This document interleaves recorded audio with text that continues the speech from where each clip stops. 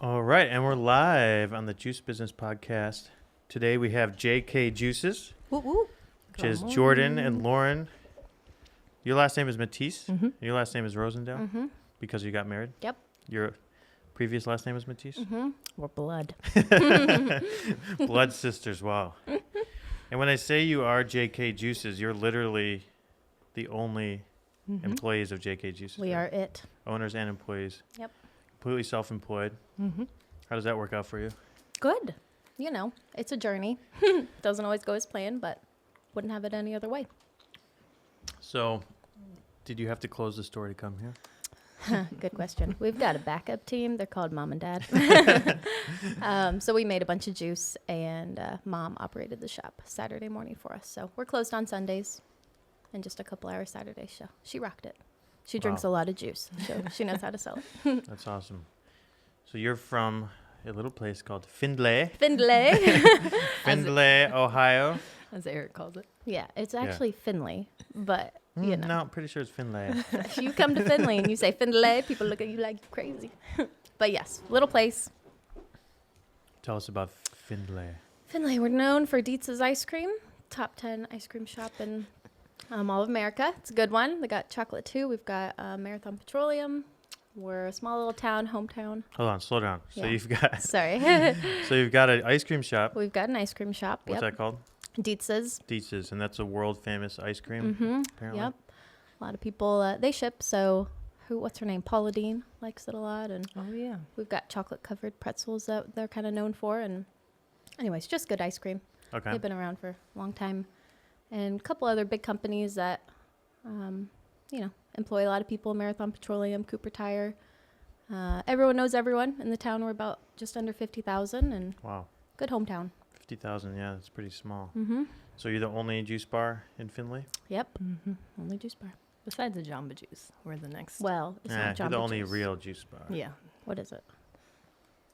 Tropical smoothie. Tropical smoothie. But yeah, okay. only real juice bar. I mean, that's a smoothie bar, so. Yeah. They put sugar in their smoothies, I'm Mhm. pretty sure. Mm-hmm. Evil sugar. When people hear that, they're like, what? They're shocked by it, you know? But A large smoothie company, which will remain nameless, told us that their customers won't buy juice because they're too sensitive to the sugar content. But meanwhile, they literally put scoops of sugar in the smoothies. Oh my Yep. gosh. Terrible. Crazy, huh? Mhm. Just proof. You got to do your own research. Yeah. Got to know what's going on.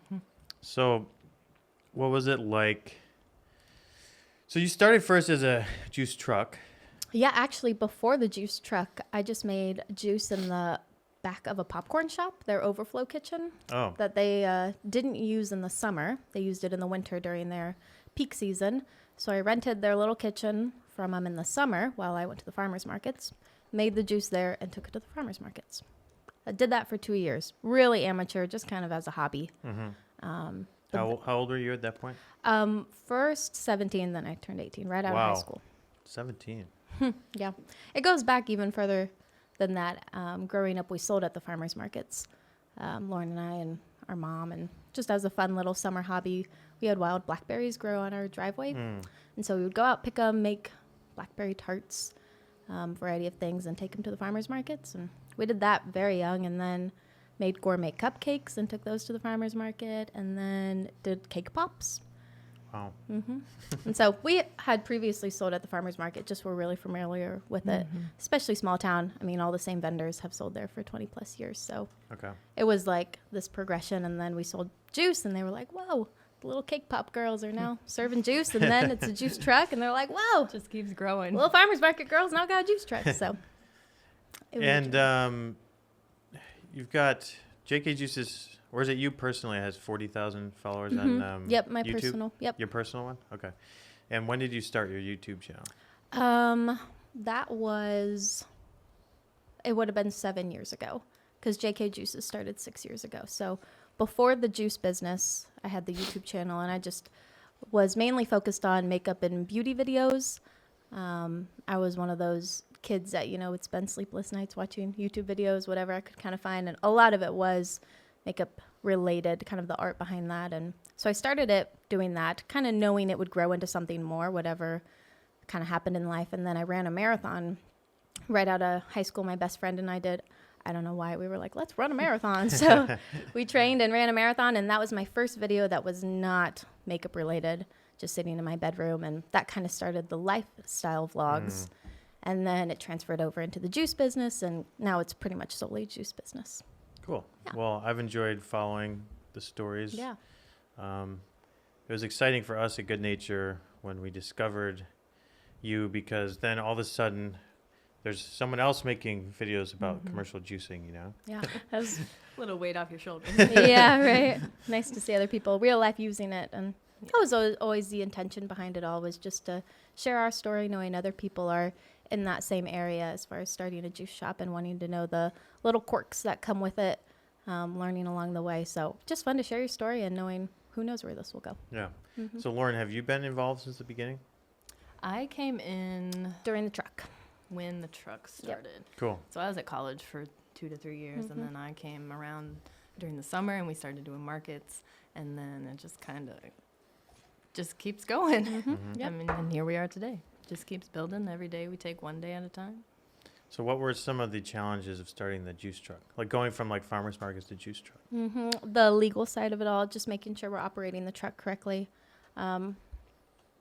There was times where I contacted the health department and the state department, and they would tell me one thing, and then a month later I'd contact them again and say, this is where I am, and they would kind of switch it up on me, and it was confusing.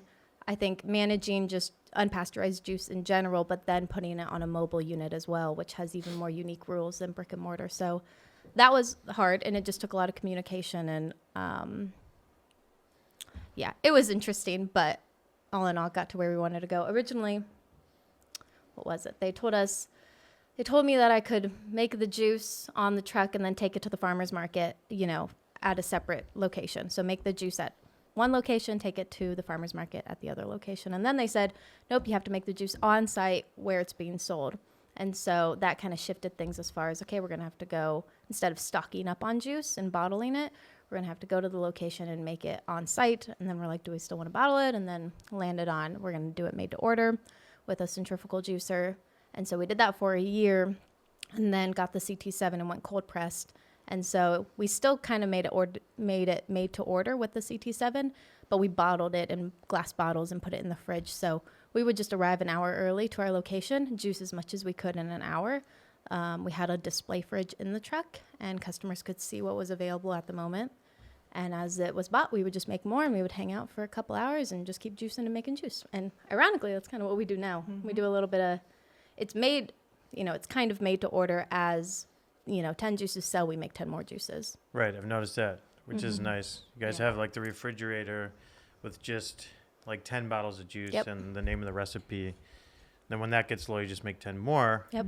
So instead of walking into a place where you're not sure if the juice has been there for 3 or 4 days, you know, it's all made today, right? Yep, exactly. And we'll have people call in and say, you know, what do you have? This is what I want. And, you know, okay, it'll be ready in an hour. We don't have it right now, but we can make it and it'll be ready in an hour. And it works in our community because there's just very close knit, and there's a lot of communication and transparency, and we know the majority of these people.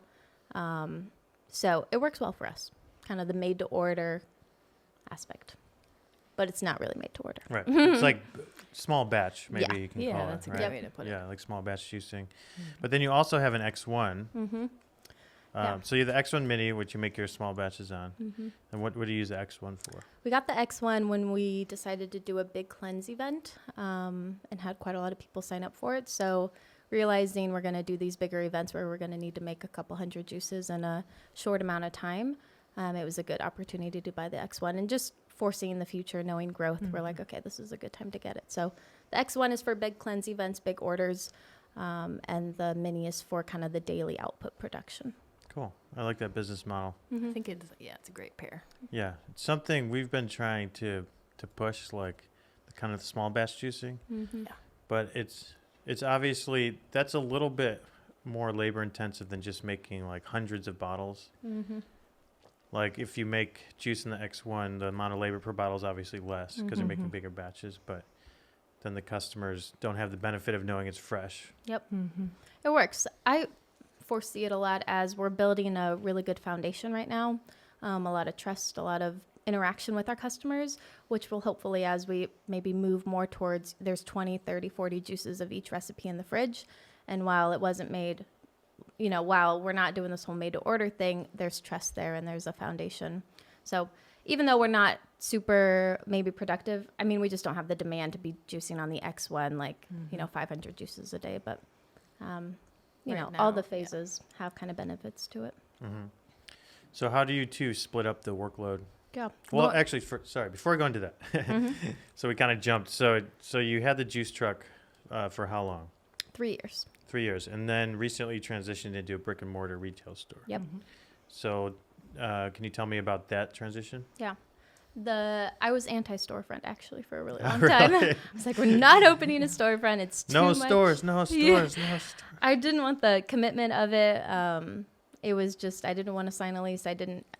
I'm very hesitant as far as committing to things. I only want to commit to something that I know, even if it fails a year or two from now, we're still okay.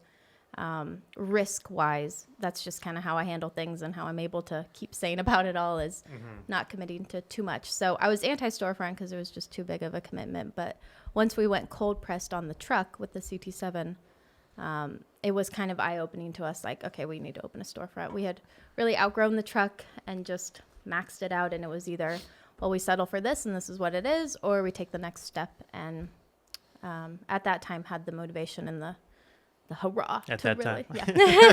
Finally was like, okay, we're going to do this. So, yeah, it was a good transition. It was easy. For the most part, is keeping it calm and making sure we didn't go overboard with things and small build out, realistic. All in all, it was easy. Yeah. So your juice bar is a little unique in that you only sell juice. You don't sell smoothies or acai bowls or anything. Yep. It's intentional. Yeah, we want to really max out the juice and take advantage of everything that can do before moving on to other things. And, we just want to be intentional about where our energy is going. And we like to serve things we're excited about. We don't personally love smoothies. We're not crazy about them. And adding smoothies would mean building out a little bit more. And it might be I'm sure it would be a good business move. But right now, we're not that excited about it. So we just don't do it. Cool. It's nice to have that freedom, just be able to decide if you want to do that or not. Yep. It's interesting. So okay, so back to the previous question. How do you two split the workload in the juice bar? Yeah. I'm back of the house. Jordan does all the front of the house stuff. Yep. When we first opened, we switched on and off who makes the juice, who does kitchen, and who sells. But now Lauren's solely kitchen and I'm solely front of the house selling. So Lauren, you make all the juice then? So you spend a lot of time on both the X1 Mini and the X1? Mostly the Mini? Yep. Okay. Have you learned any kind of cool tricks? Like, I think we're talking a little bit about that you said you don't have to rinse much between batches, right? Yeah. The Mini is an incredibly efficient machine. You can make a lot of juice. For small startup juiceries, the Mini it's a great machine. You can make, I think I can make anywhere from up to 100 juices in a few hours, just weighing out recipes and just moving quick, and you get really experienced. It's such a hands-off, easy machine to use. You can make a lot of juice really quick. You can talk a little closer to the mic. Yeah. Or you can move the mic closer if it's easier. And there you go. We position our juices in order, so we'll work through our green juices to our beet juices. So you can go right through your menu without having to rinse or do anything. It's really fast, and you can make a lot of juices on the Mini. Cool. So you end with the beet juice because that's like the strongest color? Yeah. Okay. So we don't want any color transfer or weird looking juices. Yeah. So as long as you set it up right, you don't have to wash in between and everything. Yep, correct. And then what about like when you're pressing, do you stand there and watch it? No, most of the time during presses, I'm prepping the next recipe or getting bottles ready or date marking stuff. You don't have to babysit it or anything. It's a little more hands-off than I feel like the CT7 was. Yeah, I agree. It's a great machine. The CT7 was a little bit more what we call technique sensitive. Like you had to have a lot of technique, like the grinding and the pressing and everything. Seemed a little more involved. Yeah. So so it seems like as long as you have like your process down, you can hit that like 30 bottles per hour. And you're doing 16 ounces? We do 12 ounces. Okay. Yeah. I feel like we make more than 30 an hour. Depends on the recipe. So like apples are easy to press quick, and our apple-based juices. And if we're like swamped, I'll go back and bottle while she preps the next one. So we'll like tag team things, or if bottles need labeled, I'll label in the front when we're slow, and it'll help out. How do you feel about bottle size? Because I know most brands are going smaller now to 12 ounce. Started at 16. What's your thoughts on that? As a consumer, when I pick up a bottle, I don't think immediately, what size is this? A juice is a juice, whether it's 12 ounces or 16 ounces. I kind of view a bottle as a bottle of juice. If I'm aware of it, I'll look into it and be like, 16 versus 12. We went from 16 on the truck to 12 in the storefront because we actually wanted a smaller bottle size. 16 felt like a lot of juice. And in our area, people often pair a juice with a meal. And so it worked out well for us. The bottles we liked also were in a smaller one. I think that comes into play design-wise. You only have so many options, and you kind of choose design-wise what is available in the size you want. So I don't mind it. I kind of like a 12-ounce juice over a 16. Then I feel like it's not as much. 16 is a lot of juice. I mean, you're like full after a 16. 16 is a lot. Yeah. I feel like the 16-ounce thing started from the juice cleanse movement, which was meal replacements, right? You're doing juice instead of eating. Yep. So if you're doing that, you need a lot of calories from your juice and a lot of juice. But I agree. I think 16 ounces for someone that's just doing daily juice consumption is a lot. And they'd rather pay less and get less juice than pay for that 16 ounces. Yeah. And we do juice cleanses with 6 12-ounce bottles. And we feel good. Customers say they don't get hungry. So as far as juice cleansing wise, our guys are okay. I don't know nutritionally what all that looks like as far as calorie intake, but add a shot. Add a ginger shot. We'll often add a ginger shot to a cleanse too. Speaking of ginger shots, we're drinking one of your recipes here. It's good. Tell me about this. Yeah, it's got apple, lemon, ginger, heavy on the lemon and the ginger. So it's really spicy. The one we make back at home, I feel like this has a little more ginger than what our recipe has. So the one back at home is a little more lemony tart. So it's kind of lemonade, spicy. I always think it tastes like a lemon drop candy. Yeah. So good. It's refreshing. It's got that kick, that bite. Definitely gives you your juice fix if you're craving juice. Yes, absolutely. Ooh, that is spicy. So I know that you guys get a lot of people asking you questions about running a juice business. You have a large following. You even have an ebook. What's the ebook? The current one is How to Start a Juice Truck, and it basically just goes through my process of starting a juice truck, from the financing to the legal side of it, to developing a menu, to truck layout. So it's really focused on the truck aspect. A lot of people that are just starting juice bars have purchased it as well. But I'm writing one for a storefront, which will be finished soon, and it's quite longer than the truck one. And same, goes through all of my experiences with opening a storefront and the details that we had to do, and alongside kind of the story of that as well, triumphs and struggles. And so it's kind of like a how-to, but also a storytelling aspect to it. And if you watch it on YouTube, it's fun to read the kind of logistical side of what was really going on and also watch the journey. So I hope it's helpful for people, you know? What would you say was one of the biggest, maybe unexpected struggles? Oh, if you're not prepared, probably just the legal side of juice, like what's allowed and what's not allowed. And that goes if you're like in the super beginning stages and you've just never talked with the health department or the state. That can be pretty eye-opening because you think that you're able to, sell to yoga studios, and you think you're able to sell to grocery stores. And a lot of times they'll plan for that. I have this is my business plan. This is what I'm going to do. And then you get hit in the face with like, I can't do that. Oh gosh. So that can be shocking. Which, by the way, is ridiculous. It is absolutely ridiculous.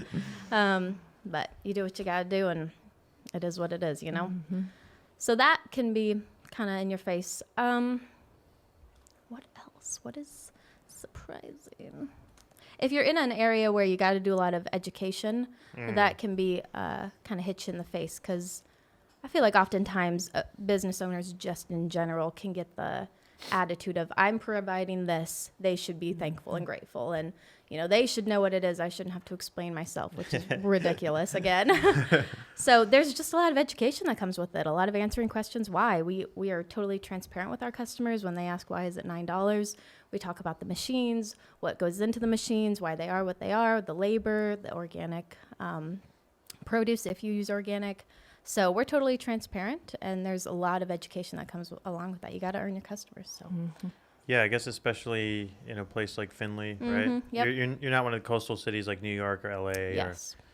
Or, it's the legit Midwest, right? Right. Totally. We're farmers and all of that, but Cornfields. Cornfields. That's what we do for fun. Is we walk through cornfields. That's what people think we do for fun. What do you really do for fun? Oh, good question. We love gardening, so I guess it's kind of Growing corn. Grown corn. I did grow corn last year. Yeah, you did. Nice. So they're not too far off. Not too far off. We're, I guess you could call us your good old country folk. Yeah, we do. We just love hanging out outside, gardening.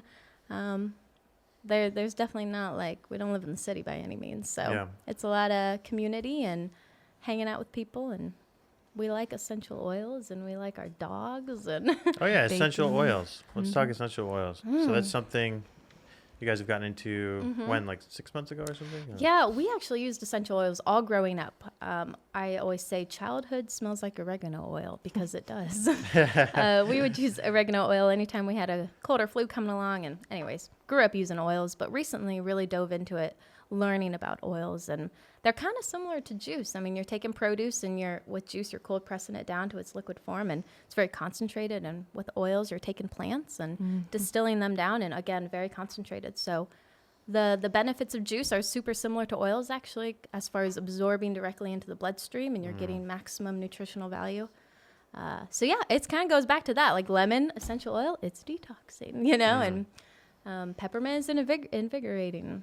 We just love oils for the same reason we love juice, kind of. It's convenient healthcare, essentially. Yeah, I know nothing about essential oils. So someone like me that's a total noob, Yeah. what would you tell me, like if I was asking about them in your store? Absolutely.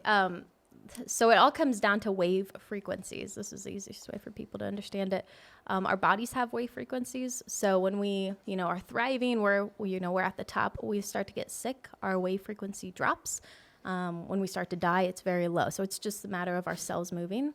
And oils have extremely high wave frequencies, which is all in all kind of why they work. They're just super charged and alive. So when we apply them to our skin, it reaches every part of our body, which increases our personal wave frequencies, which is why a lot of people use oils to boost the immune system and for really specific reasons. So yeah, that's kind of how it works. Cool. So what would someone that's just starting on oils, what would they buy? Does it kind of depend on what they need, or? Well, there's studies that show oils will give you exactly what your body needs. So I forget what they're harmonizers, which can mean like lavender. There's studies on lavender that can show it lowering heart rate and also rising heart rate. So depending on what your body needs, it'll take what it needs from the essential oils. So there's oils for, if you have any kind of head discomfort, or if you have a weakened immune system and you just need to support your immune system, or you got an upset belly, nausea, or you have a hard time sleeping, there's oils that can calm, just help relax. And all in all, though, most oils are kind of good for everything. Yeah. We recommend that people diffuse at night. That's a good kind of entry level. Get some good quality essential oils and just start diffusing while you sleep. Breathing those molecules in really reaches the respiratory system, but then kind of seeps into every other part of the body.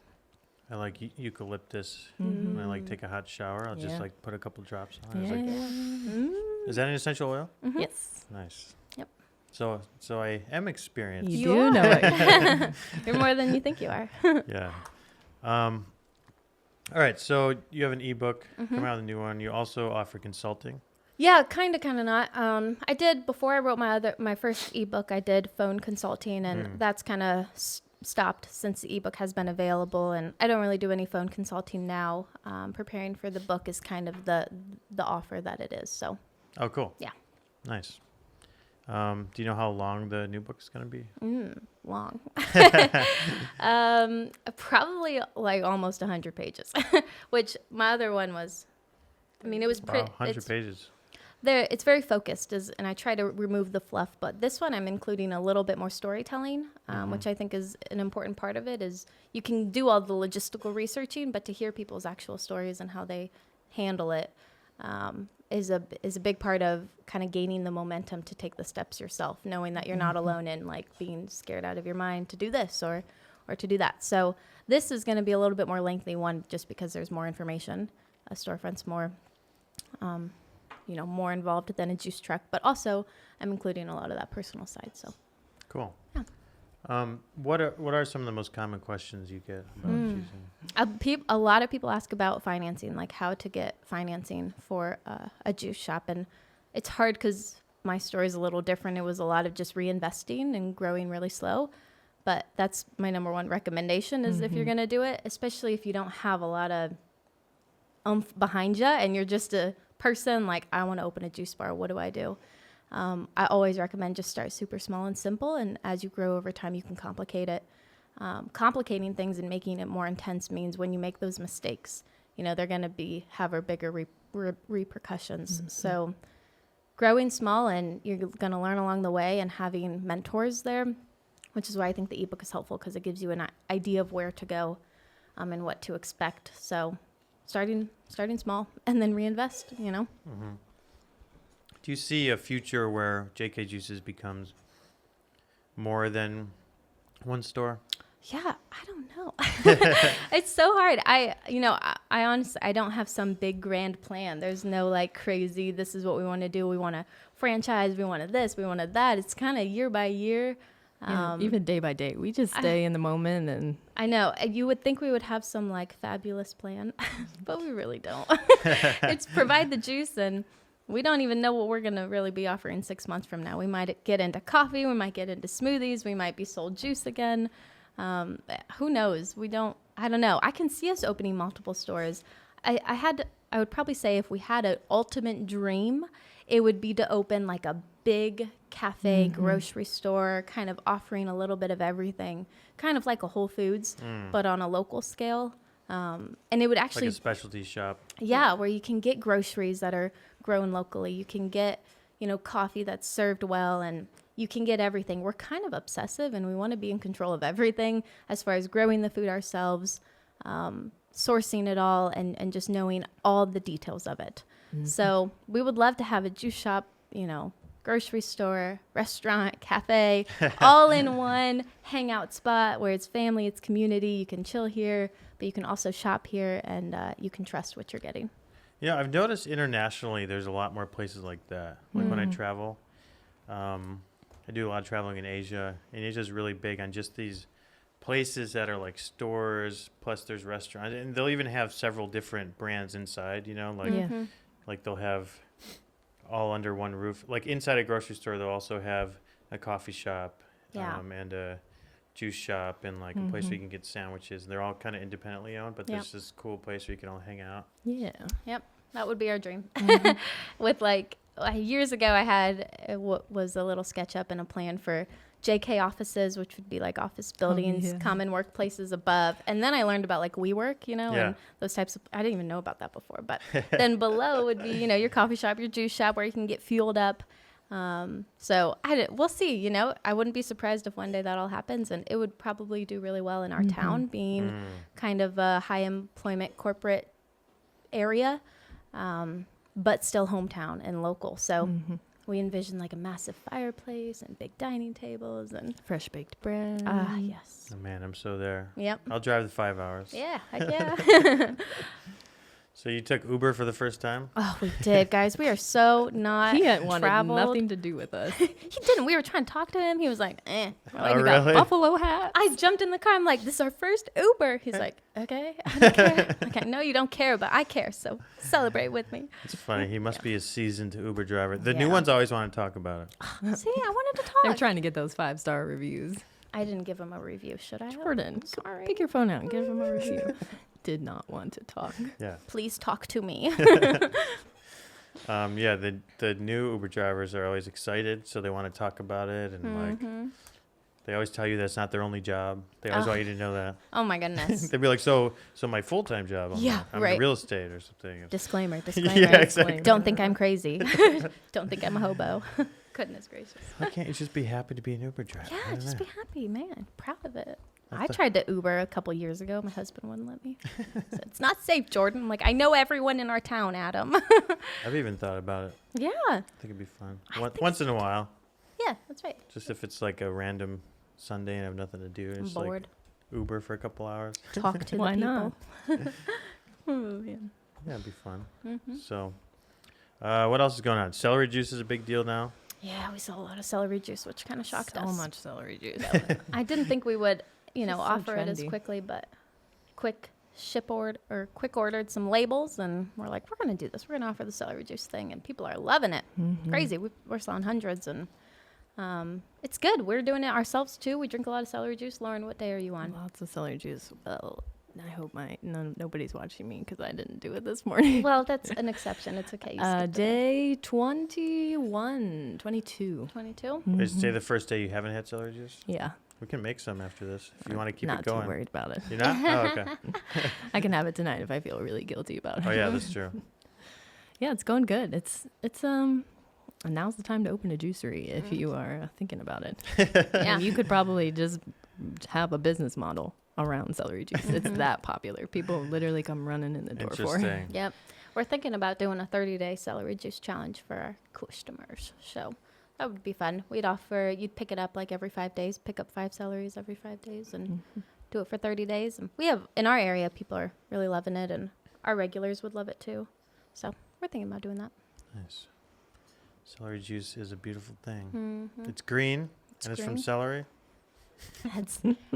I considered also doing celery essential oil because that's a thing. Yeah, celery seed. Oh, celery Oh, seed. yeah. I don't know if the health I'm sure benefits would they're be the same, but Similar, but yep. Have you tried making oils on the juice equipment yet? No. You can. What? interesting. Yeah. With like the rinds of stuff. So if you grind up almonds really fine and then heat them up and then press them, you can get a bunch Make of oil almond off. oil? You can make almond oil. Make other nut oils. You can probably make oils out of seeds and stuff, other seeds and stuff too.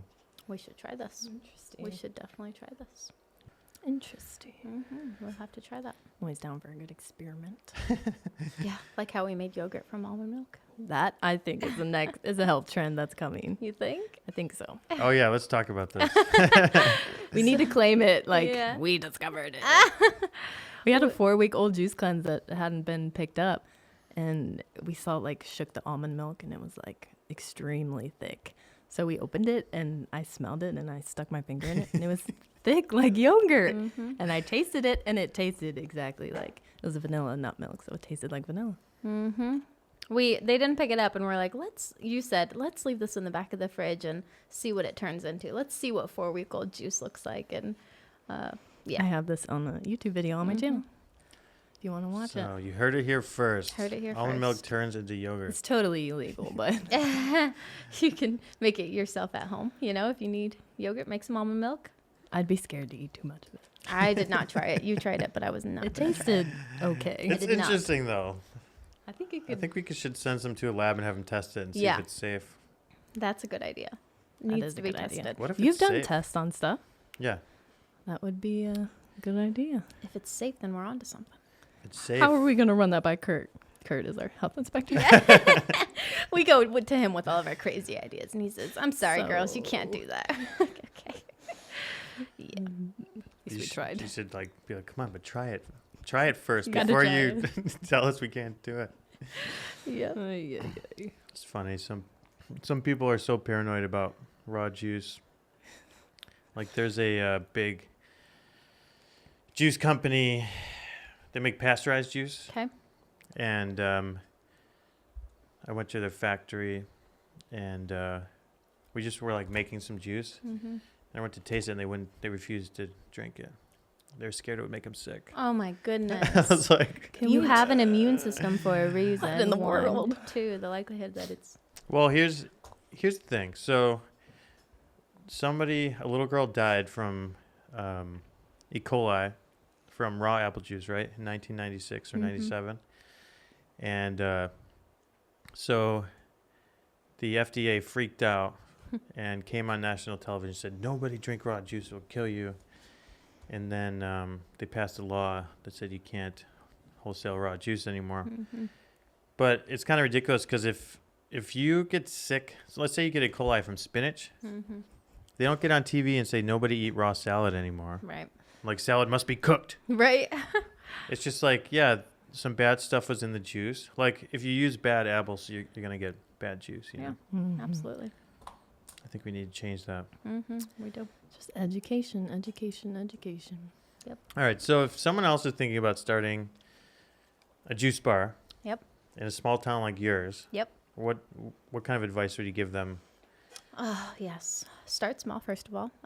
People love a good journey. Like, people will rally behind you and support you. They love a good story. So use that to your benefit, you know.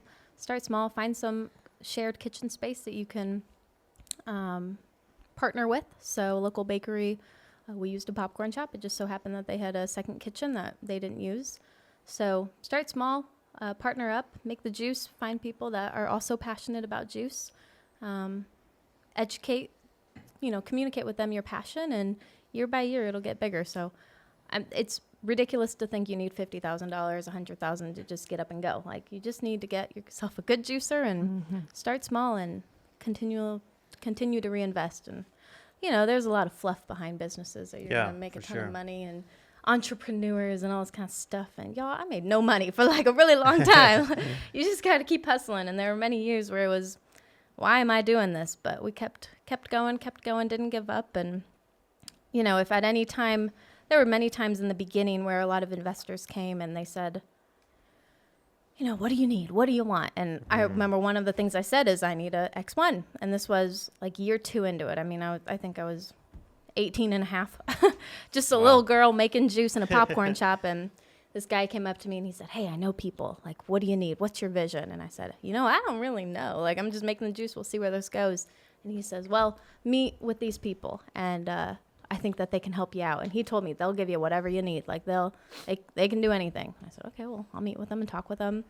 And thankfully, I think the people that I was meeting with were wise also. And we were chatting, and they could tell that I didn't have a clear vision, that I was just like, I don't know what I need or what I want. This guy's like, just, they told me to talk to you. Yeah, I'm like, this guy's just really adamant about me talking to you, so I'm here talking to you.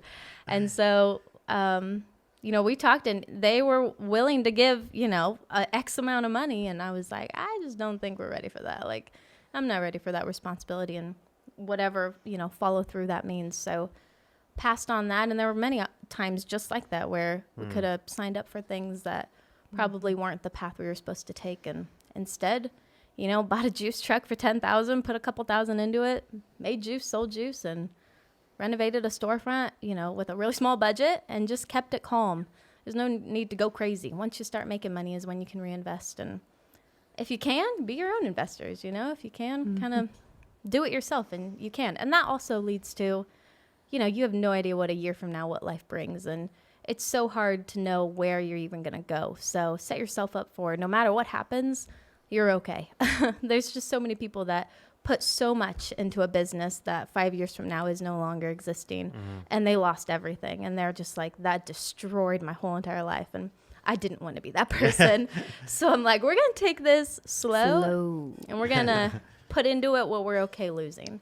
So that's still how we operate today. And what we put into it get bigger and bigger, but that's because we have a bigger and bigger net to catch whatever may fall. So by that you mean you're selling more and more? Yeah, exactly. Like, I think you make a lot of mistakes along the way. So those mistakes can mean this happens or this happens. And, right now, if we made a mistake, that mistake would have killed us 5 years ago. But if we make the mistake now, it's like, okay, we can handle that. Like, it's not as big of a loss.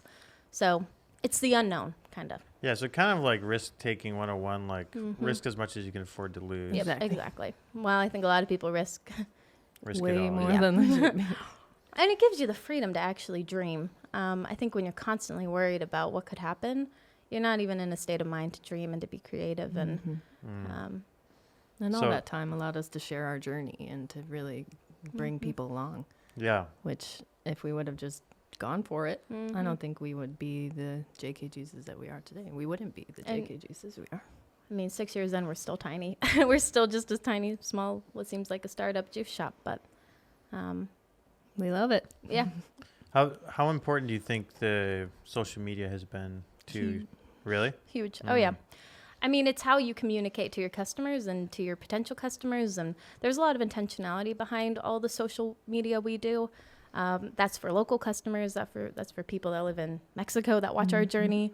Who knows, where we're going to be as a brand 40 years from now. So as far as just making sure we're covering the grounds and putting out what we want to as a brand and the impression we're making, we could be a huge brand in 40 years. And we want to make sure that is genuine to who we are.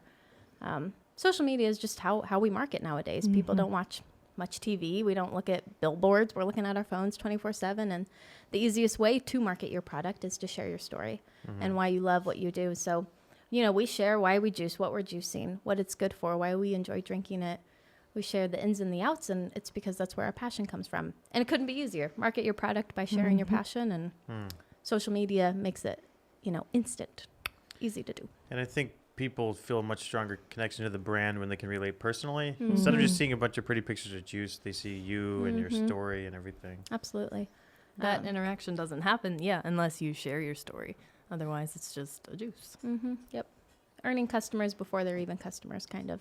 And loyalty, and when we mess up, if, a bad juice goes out and for some reason it's not up to par, there's a lot of still relationship there. They're like, it's okay, because I know you guys. I know your passion. I know that you didn't purposefully give me a bad juice or whatever, it just gives you some grace periods. That's so true. They don't feel like they're buying from some corporate company Yes, or right. something, right? Evil. Yeah, evil corporate company.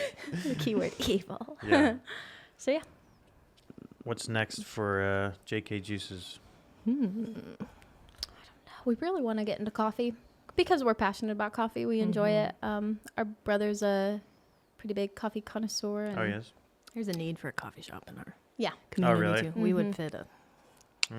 For Nice really niche. like one that focuses on quality. There's a few really hometown ones where it's like you're getting your iced mocha vanilla something or other. Yeah. And, people have gotten that forever and they love it. But I think there is quite a need in our community for It's like craft it's coffee. like a real barista.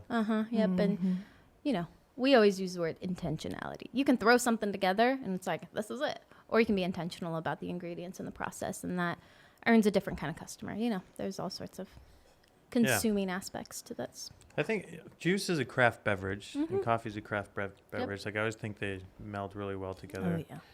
And you get a lot of the same customers that want high quality juice and high quality coffee. Absolutely. Yep.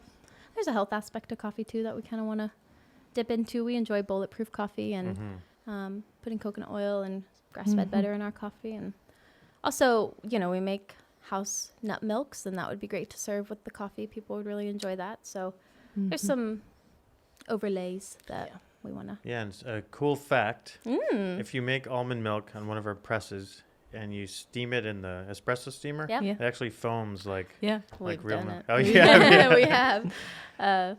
We grew up with a espresso machine in our home, so we whip it up and steam it, and we make lattes with it. So Cool. it's fun. And then our holiday nog, which we're gonna actually rename and call it our chai, because it tastes similar to a chai latte, and we're gonna offer it year round. But that steamed is like the best thing in the whole entire Oh, world. dude. It's so good. Oh my gosh, it's like the creamiest, That's my favorite thing spiciest we offer is that. chai latte. Oh, Did you share that recipe in our Yeah. blog? yeah, we did. Nice. Thank you for that. Yeah. So good. It's addictive. It really Customers is. have it and they're like, I'm back. I can't live without it now. And they'll get it, 7, 8, They'll buy us 9 days out. in a row. Really? And then they'll be like, I need to stop. This is bad. It happens every single time. They come back for it and then they realize this is like all my budget for food on nut milk. It's incredible. Yeah, that's good. It's one of the problems with juice is that a lot of people get into it, but then they look at like their expenses at the end of the month. They're like, oh my God, I spent $200 on juice. Oh, this yeah. month. Oh, gosh. It is surprising the number of people that spend $100 plus at the juice shop every week. And we're just like, You get hooked on it. Yeah, you crave it. you do. But it's good. I mean, what else are you going to spend the money on? Yeah, totally, right? We got fun money or grocery budget money. Juice budget. It's doing good for you. At least it's But there's also a lot of people that complain that juice is so expensive, but then they go and spend $100 at the bar. Exactly. Yeah. Like there's always a thing. I know a lady came in the other day and she said, "Your celery juice is $9." I'm like, "You don't have to buy it." Like I think I literally You said literally said you don't. Really? Have to buy it. I think I said, "You don't have to buy this. Do you really want it?" You And she- suggested at-home I juices said, for her. I have some home juicers I can recommend. You can get a stock of celery for $2 at the grocery store. Like, Mm-hmm. I'm not forcing you, please. She angrily purchased a bunch of celery juice and walked out. Yeah. You still bought it, lady. That was weird. It is funny though. It's like people forget that a business or like a transaction is like a mutual agreement. Right? Mhm. It's like, I'm forcing you to buy this. I'm like, Yeah. you walked in here. You're swiping your card. Yeah, for a minute, I was like, did I force her to buy that? Like, I don't know why. I had a minute where I was like, did I do everything right there? Because I just felt so weird. Do you do any Jedi stuff? She made me feel You're like, weird. you will buy this You juice. would buy the juice. Or else. I can always hear Jordan interacting with customers, and then she'll like Oh, scurry really? back to the kitchen I and like do. give me all the updates on every. I'm a talker. Well, we served together on the truck, and we were Mhm. always together, but right. now we're in separate spaces. No, it's So kind of sad. It is. Except like for to we're yell like at each 10 other. feet away from each other. Okay. We can yell. Yes. and we also have a bathroom now and air conditioning. So. Ugh, the storefront Oh. life is the luxurious You had no life. bathroom on the Oh, truck? no. Oh, No. interesting. So what do you have to do? Go find a Starbucks or something? Yeah, well, most places we knew where we were parked. So we used to park at a beauty salon and knew the owners, and we could go in Okay. there and use the restroom. And we parked in a big theater parking lot and used that restroom. But anyways, you feel awkward. Like, I don't know. You didn't want to just be a burden. So it's like, I don't need to use the restroom. After 5 hours on the truck. And I've 100 drank 10 juices, and I need to go to the bathroom. Yeah, that's it. It's 100 degrees and we didn't have air conditioning. So it's Oh like, my I have to drink gosh. water or I will pass out. That was a rough phase of JQ juices. It was. Truck life is Summers. hard. It is intense. It seems like it. It is. I see.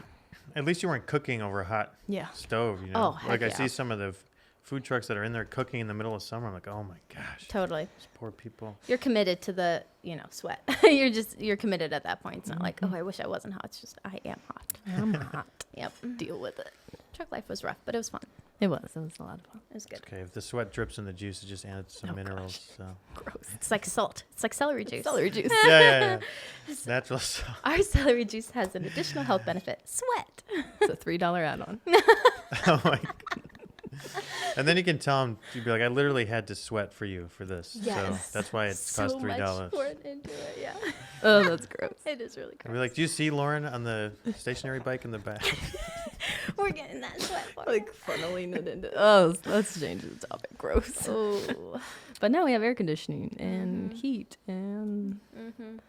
we feel like we're living in a land of luxury. Yeah. Nice. We want to go back to the truck life, but in a different form.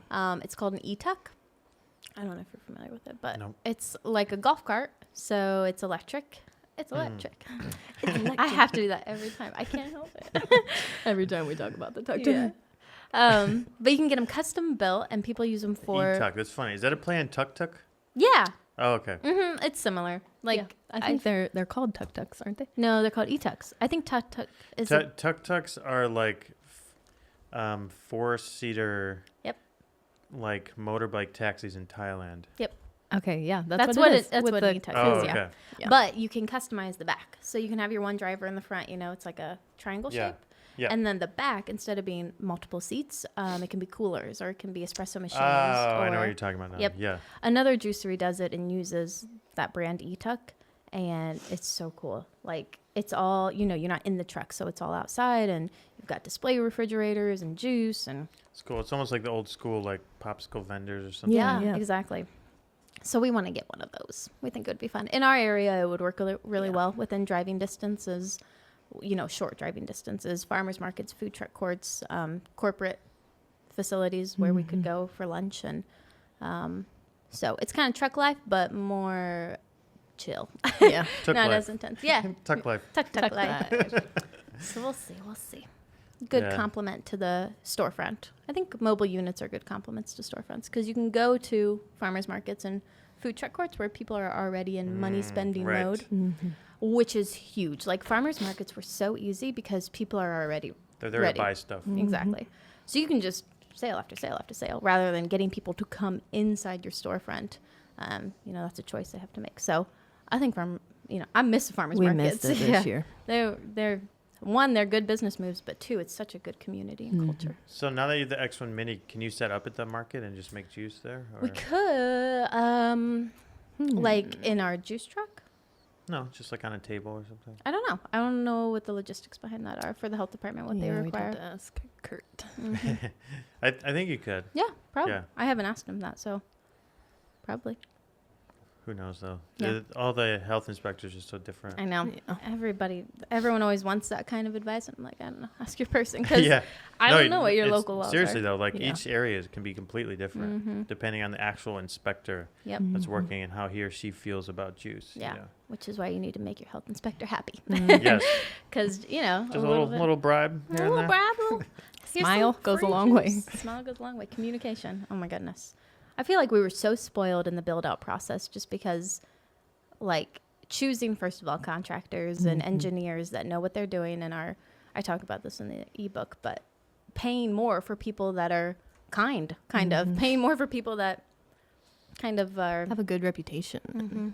Oh, for sure. Because it was easy. It wasn't like I had to worry about this or that or what you're going to do. I mean, I feel like they saved us money in the long run by making sure this was there and that was that. And I will tell you for sure that expensive contractors are expensive for a reason. That's a great way to Totally. put it. Because they plan it out and they do it right the first time. Yep. Because if you use a bad contractor, they can still be there months after they're supposed to be done, just like fixing all the issues of the first time because things weren't measured correctly and they didn't consider this or they didn't Yeah. consider that. You know, they're just kind of going like off the cuff. Yep.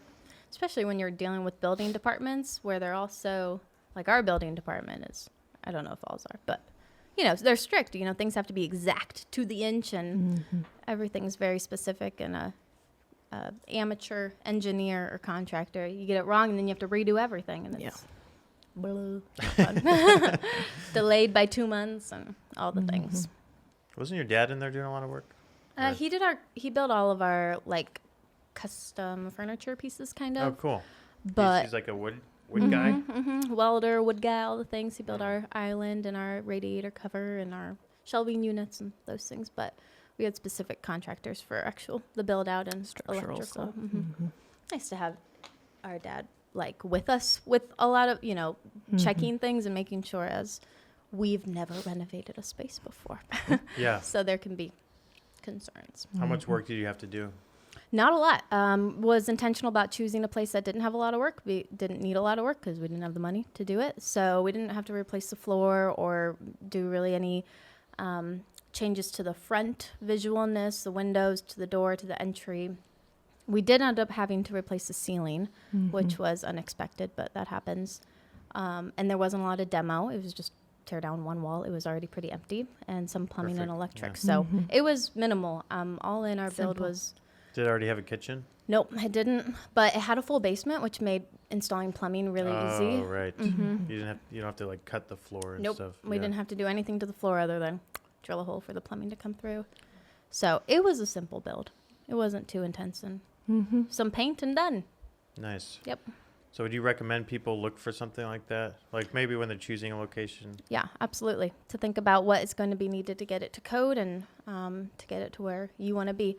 There was, in the beginning phases of doing the storefront build, I did a ton of research looking at other people's juiceries, just like floor layout, what do we want to provide, what do they provide, what matches, making sure our kitchen flowed really well and the front had what we would need, and if we wanted to do future build outs, it would have what we would need and we wouldn't have to change a lot. So drew on SketchUp, which is I don't know if you know what SketchUp is. It's like a 3D model building. Okay. You can build things on it. People, interior designers use it and architects use it to build homes and to build models. So I know that pretty well. And so I built our storefront on that, which made also communicating to the architects and to the contractors really simple. Actually, I remember one time with our meeting, we were meeting with the contractors and I pull up my SketchUp and they're all like, what is that? Like, this is a 3D building. And they're like, whoa, I'm a pen and paper person. I'm like, well, this is really helpful to know because you can do it all to scale and you can import refrigerators and you can import equipment wow. from like a library. Is that like on on a desktop computer? Or? Yep. It's free, and it's just an app you can download, and then it takes some time to learn the software, but it is so helpful for any kind of visual, architecture, structural things. Interesting. Yep, SketchUp. So did a couple mock models on that and was able to kind of feel the floor plan out and figure out really what we wanted as far as feels and environment, and landed on one and then went for it. There were like 3 different phases of that build out too. Like we talked about smoothies. There was like, there's different portions of it. And in the end, we just went for like the bare bones, simple. Gotcha. Originally, we had smoothies and coffee built into it. And then as we added up the expenses and just were getting into things, we're like, well, if we want to do this, we'll do this as we kind of make money and want to reinvest and kind of feel it out. So we Simplify, removed simplify. the smoothies. Yeah. Interesting. Yeah. It changes as you go a lot. At least our build out did. Do you ever have any aspirations going back to made to order juice if you end up doing smoothies? Yeah, I think it would be definitely a good thing to add. I think it would be an eye catcher. So as far as marketing and putting the info out there, it would get people to come in. Same with smoothies and coffee, something you can do custom. Customers love, especially, customers that like transparency and don't trust anyone, which I get that. It's hard to trust, especially in food service. So being able to see it made would probably gain a certain area of customers that currently don't come in. And then I bet that would transfer over to our bulk juicing sales out of the refrigerator. So we'll see. I mean, it's all in phases and what we can handle. And, we look and often think about hiring and do we need to hire right now or when that time comes. And with offering made to order stuff up front would definitely be a time where that comes in. Oh, yeah. Good point. You'd probably need to hire somebody to do that. Which we're all for. Like, I'm not against hiring people. Sounds like fun. We just don't totally need them right now.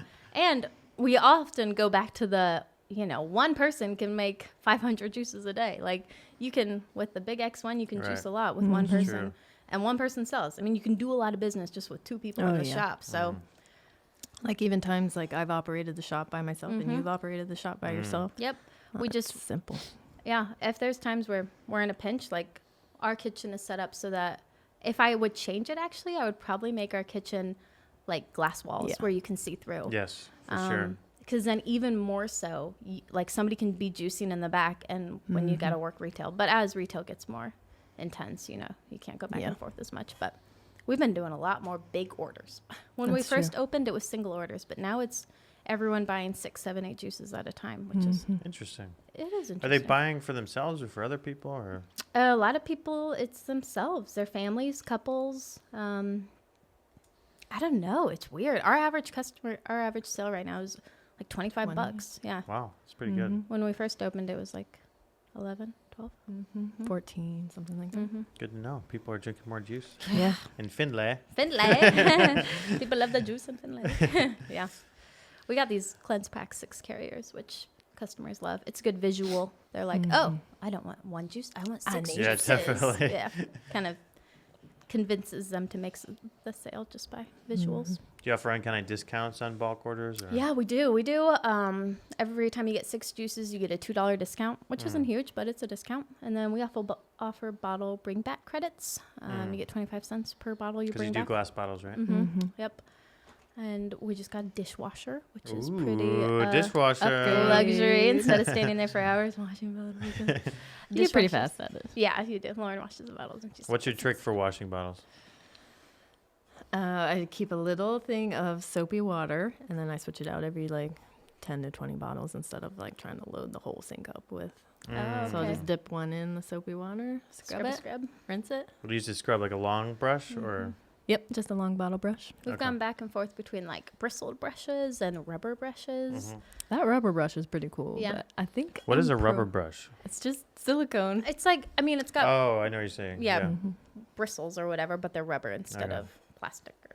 Yeah. Anyways. What works the best? I think I like the bristle brush better. Yeah? Yeah. Really? I thought you liked the rubber one more. I don't know. It's a toss up. Doesn't matter because we got a dishwasher now, which can do 30 racks of dishes That's good. An hour. I don't one. Is it one of those commercial ones where they go through and come out the other side? It's an under counter. Okay, cool. But it can do feel like it's a rack a minute. It's quick. It's quick. Yeah, it'll be awesome. Just in time. That poor bristle brush doesn't get any more use. I'm So sure sad. it will. Some customers bring back some gnarly looking Oh bottles. my goodness. Oh man, if you forget, like if you leave a little juice with like the cap on and let it sit there for like a week, it gets pretty gnarly. Gets rough. Gets an alien in there. I see other Gets juiceries furry. say, yeah, it definitely gets furry. Say like rinse bottles only, but I can't imagine being like, no, we won't accept this because it has that in it. When we're It gonna- doesn't happen too often. There's been one where I'm like, no way, I'm not opening that. Oh, Like really? if I open that, I could die. Man, put it in the trash. Rinse bottles only. Yeah, that's kind of like Common sense. making them do the work. Yeah.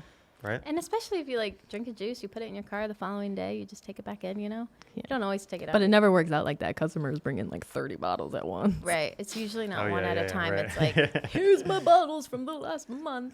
Clink, clink, clink, clink, clink. How You can much- hear how it much walking the credit door. do you give for bottles? 25 each. 25 cents each. So we say 4 bottles, you get $1 off. Is Nice. it, easy way for them to Yeah, and they all Do they have Bring to their spend bottles money back. to get the credit, or can they just walk Um, out with free juice? Like if someone comes well, with 30 bottles. Yeah, we've never had it totally take up Okay. the total price of a juice. I think one time we had like a $7 discount. Mhm. That's the biggest one I've done, 6 or 7. Mm-hmm. Oh Or yeah, so that's 28 bottles. Wow. Mhm. it's a lot. Yeah. Good thing we have a big countertop. You know? Yeah, that's what the 10-foot bar is for. yeah. Bottle returns. If you got to the point where you were, well, how many bottles a day on average do you sell now, including Between- cleanses and everything? 50 to 100. Yeah. 50 to 100. If Mm-hmm. you ever got to like 500 bottles a day, would you stop taking the credits, giving the credits? Like, what if it started to be like you had to wash like hundreds of bottles a day? I don't With know. a dishwasher, I don't think we'll ever max out Oh, that. okay. Yeah, because you can fit like It's too easy. 40 bottles on one rack and doing 2 racks, and you know you can put 2 racks in there. And it gets them clean. Yeah. Pretty well. Mm-hmm. And why Cleans would them, we buy sanitize them. a bottle for $1.50 with the label then Right. buy it for 25 cents? That's a good point. I mean, Yeah. Heck yeah, I'm gonna buy that bottle Yeah, back that's for actually you. a really good point. Because Yeah. I've seen other companies that give like $1 credit, and that seems like a lot. No, we did that too. You know, you start looking at other juiceries. What Right. are they doing? You just copy what they're doing yeah, first. which Yeah. I think is one of the worst things to do. It's good to get inspiration. Think for but yourself. Yeah, so many people I just. think that's why there's so many 16-ounce bottles too. Is because you just Mhm. see what other people are doing. Yeah. But I know. I feel like places in LA offer like bottle $2 credits, and I'm thinking, aren't you losing money Yeah, on that? yeah. Like, how much are you paying for your bottles? yeah, really. I think our bottles are 73 cents each, and we offer a 25 cent. Right. With the label. What'd you say? Their juices are expensive. Oh, right. Yeah, true. That's true. That's true. I know, like Erewhon Markets. I think they do a bottle return. I think they do $2, but I think it's on their big growlers or something. Mm. We do offer growler credits. Yeah. Oh, nice. We do growlers for big, like mainly like Apple juice and stuff. yeah, we do. That's why we Apple offer cider. it. Yeah, Mhm. apple cider. And a lot of companies will order growlers of juice, and then they'll Yeah. like have cups. And I like those. I got a couple stainless steel growlers that I use for Mhm. juice Yeah, now. we Those are saw great. We were like, we need to like, be where do we carrying get around those? growler. One tip though with those, I realize since they're insulated, if the juice isn't cold when it goes in, like if you put like lukewarm juice in there and then you put it in the Yeah. refrigerator, it won't get cold. 'Cause oh it's yeah, insulated. of course. So yeah. like I'll pull it out the next day and I'll pour it. I'm like, why is this warm? And then it finally, I'm like, oh, Yep. you have to put it in cold. Good tip. Good Yeah. tip. Good to know. Yeah. Yeah. I guess you shouldn't let juice get warm in general, but I know I recently had to go through an extensive food safety training and learned so much just about like what is allowed, what is not. I remember a health inspector saying you have 2 hours to get it down to this temp, and then 2 more hours to get it down to 41 Yes. and Yeah. those kind of unique things, which don't usually apply to juice since it's already cold and then it goes right into the fridge. But one fun thing I learned was in regards to sampling, how you can leave juice unrefrigerated for 6 hours and like sample it, and then you just have to discard it Yes, afterwards, but yeah. it doesn't have to be refrigerated. I thought that was so cool. So you can like, leave your juice out, sample it. Yep. Unique thing I didn't know. hmm Didn't have to put it on ice. Have you taken Serve Safe? How was it? Yeah. okay. Yeah. I took that years ago, probably maybe 2010 or something. Yeah. So I forgot a lot of it, but I still remember the basics. Right. It's, I think Like- it's super valuable stuff. I agree. Because that's what the health department uses. So if you know what they know, Yep. Yeah. then it's not going to be some surprise when they come in and they tell you that, like, you can't let you sit out warm for Yeah. 4 hours, Right. you know? I know. Stuff. Everyone always made the health department seem like such scary people, but never have we had a bad experience with them. They've always been Yeah. super kind and, you know. I think it's because you always hear about them shutting down restaurants. So you Sure. think of them as like these evil people. Yeah, you never hear like, "Oh, good job, you passed your health Yeah. inspection." Yeah. Right? I'm like, that guy's really nice. Yeah, but I think like Ari says, like, they're here to keep us safe, Mm-hmm. you know? Those And rules are there for a reason. Yep. yeah, and I will say, I think they go a little overboard on the rules, but it is nice to have the comfort knowing when you eat Yeah, out somewhere that it's probably safe. Yep. Because there's a lot of places I've traveled that aren't like that, you know? I said that. I remember writing that in my first ebook that if they're this strict with you, they're that strict with the other, you know, Mhm. restaurants in the area, and you know you're getting safe stuff. So it's a good thing that they're not lazy and don't let things slide. Yeah. Mm. It's a nightmare to end up on the list of the demerits, though. They're super public about it. Well, they like share in our town like the worst scores, you know. Yeah, like that's what I'm saying, yeah. And I'm Oh, like, gosh. oh gosh, I hope we don't ever get on there. I know, it's kind of scary. It's fun to read through them. Like, Mhm. they post pictures of, like, raw chicken left out and stuff. Ooh. And Don't eat here. Usually it's It's like the some of opposite of a food blog, like a anti-food blog. Yeah, right. oh, That'd be man, that's a fun. great idea for an Instagram. That That is. It would be fun to be like a food critic, you know? And I guess that's what a food blog is, but if you like food. We're closing down JK Juices to become food bloggers. The problem, though, is I just like so much food. It wouldn't be very interesting to read mine. Be like, this is good, too. This Yeah. is good. This is good. All is good. So what else is going on? Lauren, I saw you've been making sourdough bread lately. It's a dangerous addiction to get into. Really? For it me. looks tricky. Like, I didn't realize it was so complicated. Oh, I saw one time you were into fermentation. You got a book or something. Yeah. Yeah.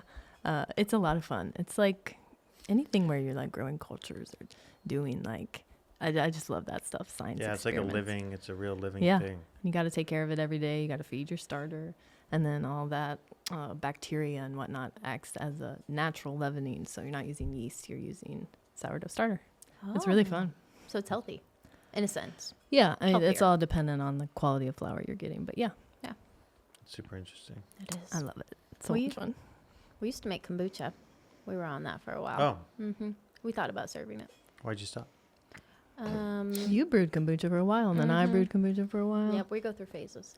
I don't know, actually. I think I just was like, I'm done with this. I think it was more of just like a fun little hobby. Yeah. I would be curious to know what the legalities behind serving kombucha are, because that seems like a really like, whew. You're growing bacteria. Mm-hmm. Actually, much less strict than juice. So Interesting. it has a much longer shelf life.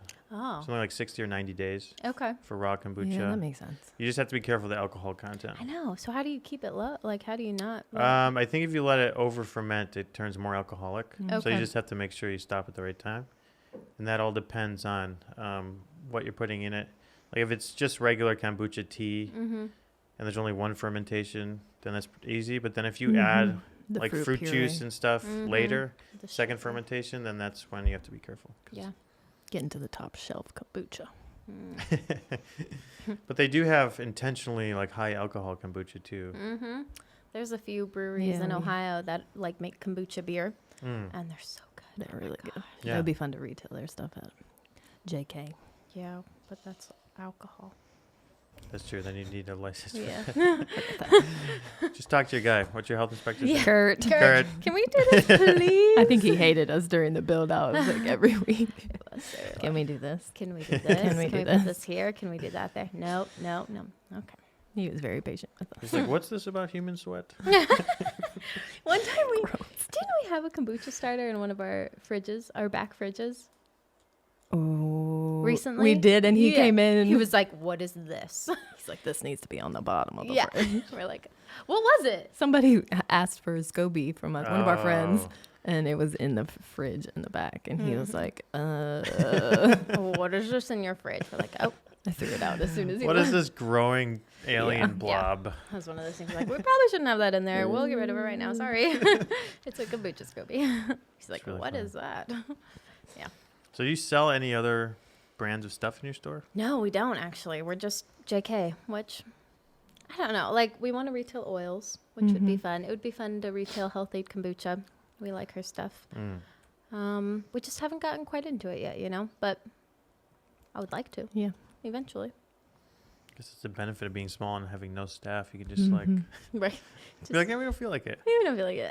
I think we're Honestly, expert simplifiers. we Like, just- if we don't love it, We're just, we don't do it. we know how much work goes into every phase, you know, like it's, you just can't all of a sudden offer something. Like, there's just so much that goes behind it, between costing it out, ordering, making sure you know how to make it, making sure you know how to serve it, education. It's just like, are we really excited about this? No, we're not going to do it then. So That's true. Because it's always harder than you think, right? always so much harder. There's And so much that goes into everything. it's like, let's serve smoothies. Ooh. And then it's like, okay, how do we Buys 5 actually serve Vitamixes. smoothies? Yeah. Like, what are our recipes? Why do we serve this? Who's How much- making the smoothies? Yep, that's going to take away from this. Okay, now we got to hire somebody.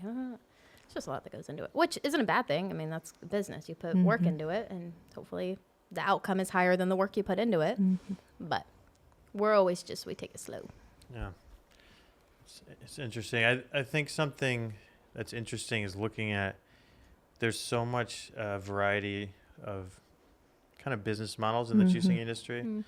Like, you have the people that raise $10 million and are growing a national wholesale brand and want to get acquired by Coke. Yep. And then on the opposite end, you have businesses like yours that are intentionally kind of small. Yep. And there's a lot of those too, which Yeah. I think are great. And I think if people decide, look, we just want to be a juice bar. You know, we just want to sell juice and pay our bills and make a little bit of money. Yeah. And I think it's a lot. And enjoy it. Like, I feel like that's overlooked a lot. Like, Yeah. we love what we do, and we're here to have fun every day and interact with our customers and build this community. And We're not workaholics. Yeah. You know, we don't like the whole hustle till 11 p.m., wake up at 4. We like home life. We're super small, which sometimes I feel like it's easy to assume, like, oh, they're hustling, gonna do this, gonna do that. They're huge. It's like, no, we're really, really small, actually. And we just enjoy living. And I feel like our brand at this point is bigger than our business. yeah, I would agree with that. Yeah. And like, Interesting. we're just a little small town juicery that provides the juice to Findlay, Ohio to the best of our ability, and we document it. And if it gets big, the brand is there to support it, kind of, you know. That's a Right. good statement. Yeah, I like that. The brand is bigger than the business. Yep. It's much better than the business being bigger than the brand. 'Cause then Yeah. you're losing money probably. Yeah, absolutely. We're definitely we're not looking to make $1 billion right now, but we do focus have on quality. dreams and goals. Yeah, no doubt about it. It's funny. I just had Shizu in here last week, and we are talking about how probably the minimum you'd want to start a juice bar with was like $300,000. We're You all girls are in. saying quite the opposite. We're isn't all- it? To open our juice bar, like, build out was like 25,000. Equipment was like 15, 20. I mean, it's just, Which I feel like that should be addressed. Like, this is where people are currently. They're in this, I need to start a juice bar. How do I do it?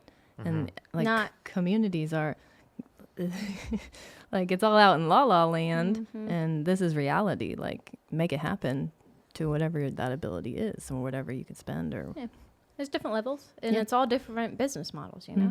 People want different things, and if you just want to start small, that's kind of what we did. But also, I so admire the people that go all in, and it's like it's bold. high risk, high reward. You got it. I love it. Yeah. Also Not to high say we- stress, right? Totally. Yeah. Who knows? We might be like, let's go crazy in 10 years. We Yeah. might not. You just never know what life brings. That's true. Yeah. So you were at JuiceCon last year. What did you think of the event? It was very fun. So much fun. Yep. Fun to meet a lot of people, to have community, to share ideas, and cool. It's Be around, like-minded people. Learned a good amount too. It was great to listen to some of the bigger companies. I really enjoyed Health Aid kombuchas and Shizu's. Yeah. A lot of good info. Big scale, you know, like if you want to go there, what are the logistics behind it? What can you imagine?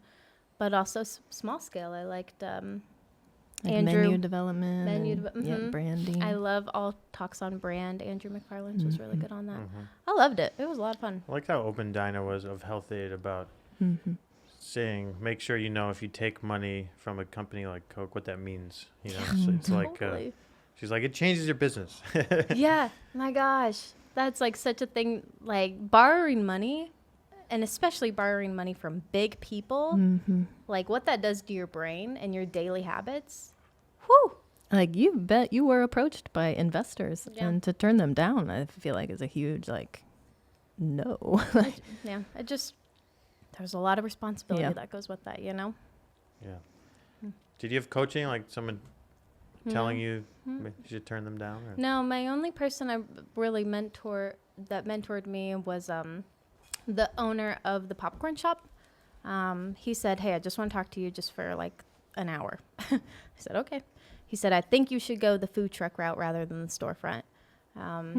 Because, you know, storefront means commitment. You're going to be into a lease. You're going to have to provide no matter what. A truck, you can just buy the truck and that is it. You know, there's no more. So you can own it, right? Yeah.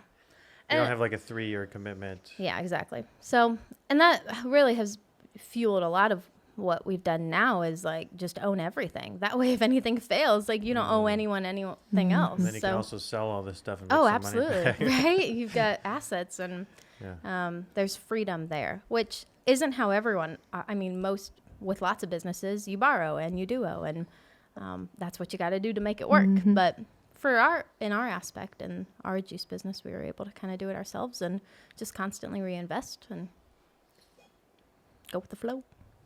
If someone were considering juice bar versus food truck, how would you help them make a decision? I still think the truck route is a great route if you can get an affordable truck and if you are intentional and you realize what you're signing up for, because it allows that freedom.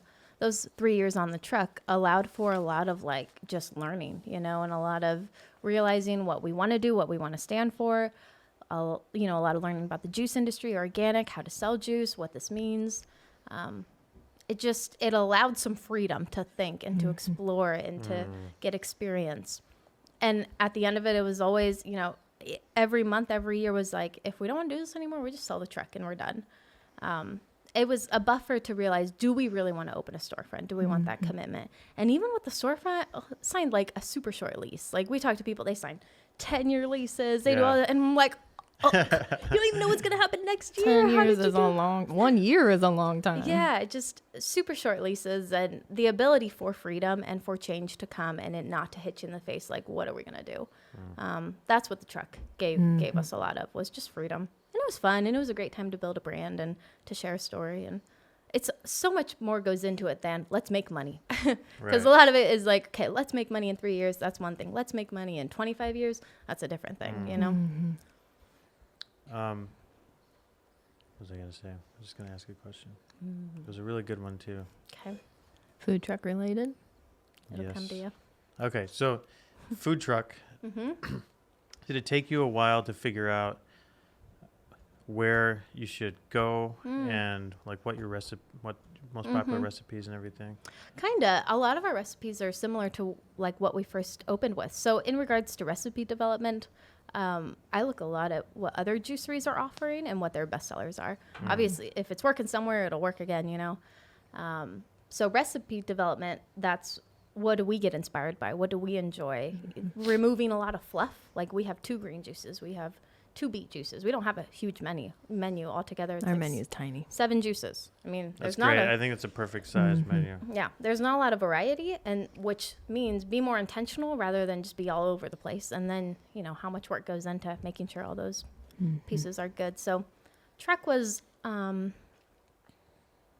I'm blanking on what you asked. I think the only recipe that we don't have from the beginning is our pineapple juice. Yeah, because pineapple's hard to choose. They're so At least they're so I good. I'm so challenged so with that. squishy. Have we done pineapple on the big X1? We haven't. We should try We'll have to that. try the pineapples on Judith. They're just squishy. So that's an interesting point. So you decided not to do pineapple because it's hard to juice. Yep. So We'll bring it out for like random. Yeah. We offer But I mean, specials. it's interesting because I think a lot of businesses are afraid to make a decision like that to make things easier on themselves. Yeah, business comes down to what can you provide that the customer will enjoy, but also how do you make it actually doable to operate a business? Like, you just can't be wasting your time juicing things that aren't profitable and are wasted. You know, you can completely train your customers to, 100%. yeah, like we train our customers to buy also what serves them, but also how we can be the most profitable, which then leads to us being able to offer other things and being able to expand even more. So, I mean, it's a win-win. You can't just develop a menu based off of what sounds and looks good. I mean, a juice with 20 ingredients sounds cool until you start going into it and you're like, well, this is unrealistic. So, Where do I put this stuff? Yeah, not there's- only that, but a menu with like 30 juices on it as well. yeah, absolutely. Provide all 30 of those every single day is like, well, what if you're only selling 50 juices a day? That's like, you know, two juices Just each. like rolling the dice, like which juices are people going to buy today? you Yeah, know? exactly. Yeah. So you gotta be intentional. You gotta realize money, but also labor efforts, what goes into each menu item, and is it worth, you know, the outcome of it? Yeah, like Jordan could walk in and say, the customer says like, oh, what's good today? Or what should I get? And Jordan says, our best seller is our sweet green, which is apple based. Or she could say, it could go in a whole different direction. She could say, it's our classic. It's our carrot juice. Yeah, which And those take an hour to make instead of classics, an apple which juice we takes 10 minutes to make. Right. So we explain it as, well, also with new customers going on a first date with your juice. So if a new customer comes in, you want the first juice that they ever try to be a great first date. You want it to taste good. You want it to be a good experience. You want them to like it. You don't want them to have a strong green, even if that's what they're kind of, a lot of people will come in and they're after something really strong. So you'll say, hey, this is our strong green. If that's what you're looking for, here it is. Would highly recommend you try our sweet green though. It's our best seller. It tastes great and you get your greens. One, it's profitable for us. We can make a lot of them. Two, it's a great first date. It'll bring them back for more. And it's a... Tastes it's incredible. I totally agree because you want to kind of massage them into getting into the juicing world, you know, because you can easily scare them away. With a...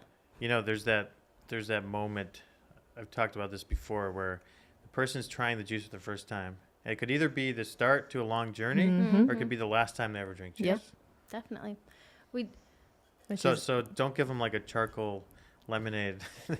Yeah. They just like, Yeah, exactly. Yeah. Definitely you have full control over it and educate and sell. We do that with our add-ons too. So we sell ginger shots and we communicate and talk about them as if everyone adds them onto their juice order. Like it's a common thing. It supports your immune system. Most people add this onto your juice. And people hear that and they go, oh, well, I need one too then. And we intentionally don't make our ginger shots insanely spicy because we don't want people to try them and be like, oh, I'm dying. Like, oh, this is so crazy. Oh my gosh. We want it to be like, oh, that was enjoyable. That was a little spicy. I like it. That was fun. so you mix it with apple? Yeah, so we do a variety of ginger shots. We do orange ginger shots, which are really popular. Never had that actually. That's incredible. They're You got to amazing. try it. The citrus with the ginger is like, this is the best thing It's so good. ever had. And so we make it yummy, and we want it to be something where everyone tries it for the first time, and they're like, next time they're in for their second date with their juice, they're like, I need that little spicy thing too. And they might reach for a more adventuresome juice, and then the next week they're coming back and buying a 6-pack. You're right. Yeah. A lot of our single order customers then transition to our weekly, just big order customers, and you know, it takes a couple trips, and then they're buying a ton. What have been your most popular juices historically? Sweet green, always been really popular. It's apple, kale, lemon. So it tastes like apple cider. Tastes delicious, but it's pretty green and you get your greens. So it's an easy sale as far as this tastes really good and you get your greens, which hits for most people the two things. I want it to taste decent, but I also want it to be healthy. I mean, it is a lot of apple, so it's, you know, they quickly learn like, whoa, this is really high in fructose. Like, I need something else. Yeah. But as far as a first date and something, a go-to that people just really enjoy, people love it. And I think it's so important. You want them to like it that first time. Yep. You know? Especially in a Absolutely. community that's not used to New to juice. If you're a juice. new juicery, your recipes need to be user-friendly. Yeah, exactly. And back to the ginger shot thing, which is why we don't serve straight ginger shots, because people would have it once and they would be like, I'm never getting that again. Like, as health-wise, it's a great idea, but consumer-wise, it's like, that's too intense for me. It actually gives me heartburn sometimes if I do Yeah. straight ginger. Yep. And having the humility to recognize that as a juice like bar owner, like you need to dial back. Like I'm way more health orientated, and I'm like the strong juices, and Jordan it balances me out, and she's like I like the sweeter juices. So knowing your customers is a huge underestimated aspect of it all. Yeah. So our sweet green's really popular. Our classic's really popular. It's mainly carrot with a little apple, lemon, and ginger. So it's a vegetable-y one, but it still has that little bit of fruit to take the edge off. It's my favorite. And it's like the classic, saying it's a classic is a great way to explain it, because it's one where you don't know what to get. You just get the classic because it's got everything you need and it tastes good. That's a fan pleaser. What else? Snap's taken over the past 3 weeks. Celery juice was our biggest one this month. I think so, yeah. I think that's going to be. I bet that's pretty consistent for most juice companies right now. Yeah.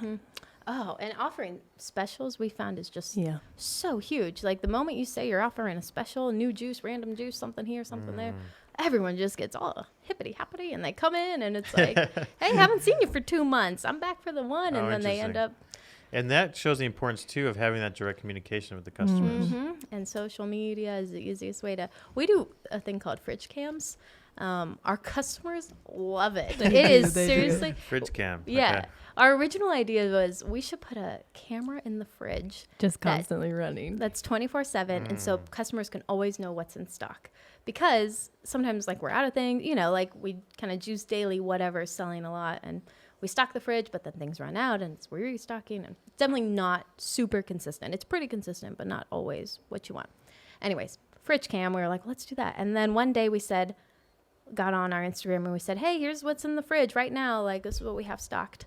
And people really liked it. So we keep doing it. And now it's just like one of the number one things we get messages about. Hey, can you send me a fridge cam? Hey, can you send me a fridge cam? It sells juice. Well, it's a one you're torn on often because you're like, do I want to go into the juicery? Right. What do they have?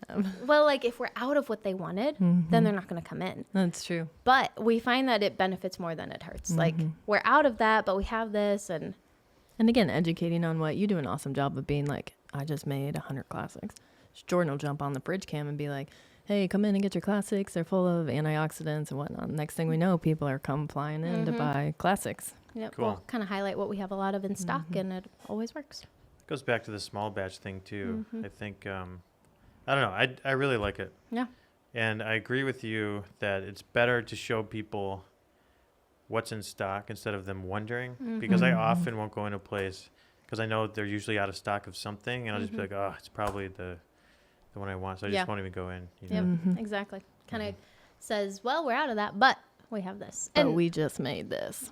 We try to be intentional about timing as well. So in the morning, we try to show juicing. And, people are sitting there on their phones, driving to work, sitting in work, watching their phones nonstop. Right. And so they click on JK and they watch, we made snaps. And then 2 hours later, they see a fridge cam and they're like, oh, they still got the snaps in stock. I think I'll go get one, actually. Dang it, I gotta go. Like, only 3 left. Right. It's totally like a entertainment, really like a people watch, and you can tell they're watching intentionally because they'll message us and they'll be like, oh, there's only 2 sweet greens left. I gotta come down right now. What was the one message we got? It was like, hey, saw the fridge cam. Classics are running low. Could you put one back for me? My husband will be in later. Yep. That happens every day. Yep. We'll hold and back. do you do that for them? We hold back juices for people. We say, message us what you want, and we'll put it back for you. And we find it helps us more than anything. Like, okay, we know for sure they're coming in. 20 juices are put back for people that messaged. Let's fill the fridge with more stuff. So, which is another reason we love the mini, because we can just hop around and make whatever we want, do whatever we need to do. Whereas Judith, we're more. That's a big The X1. That's how we refer to her. Yeah. Hilarious that you just naturally call her Judith without even thinking about it. You really do call her Judith. Like, are we using Judy today? I don't think so. Blah, blah, blah. Yeah. But Judith is a little more hard, not harder, but it's a little more work to kind of hop between menu items. But the mini is incredible. We do love our mini. Can stock the fridge. We tell her every day. We love you. I literally say it I'm like, this juicer is awesome. It's awesome. You guys have literally serial number 0001. We have the OG. Right? Look at that. X1. We do. That's I didn't amazing. know if it, I look at it many times. I'm like, does this mean we have the first one ever made? We got Confirmed. We do.